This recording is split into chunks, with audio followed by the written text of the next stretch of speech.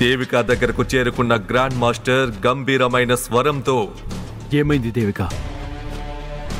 ఏదైనా సమస్య ఉందా? నాకు కొంచెం గాయమైంది అంతే, కానీ దాని అర్థం దాన్ని నువ్వు అవకాశంగా తీసుకుంటావని మాత్రం కాదు. దేవిక డార్లింగ్, ఎందుకు కోపడుతున్నావు? నువ్వు గాయపడితే నిన్ను దేవాశ్రమానికి తీసుకెళ్ళా?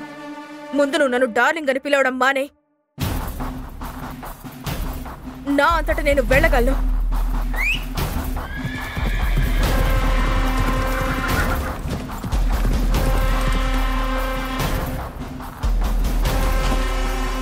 గుర్తు పెట్టుకోద్దమ్మా, ఈ రోజు నుండి నువ్వు నా భర్త శత్రువు అయిపోయా. మళ్ళీ నాతో గొడవ పెట్టుకుంటే నీకు చావు మాత్రమే వస్తుంది అని చెప్పి దేవిక తన గుర్రంపై ఎక్కి దేవ్ ఆశ్రమంకి బయలుదేరింది. అప్పుడు గ్రాండ్ మాస్టర్తో సహా అందరి చూపు ధ్రువ వైపే ఉంది. క్రింద ఇచ్చిన లింక్ ని క్లిక్ చేసి పాకెట్ ఎఫ్ఎం యాప్ ని ఇన్స్టాల్ చేసుకోండి. Stay tuned to Pocket FM.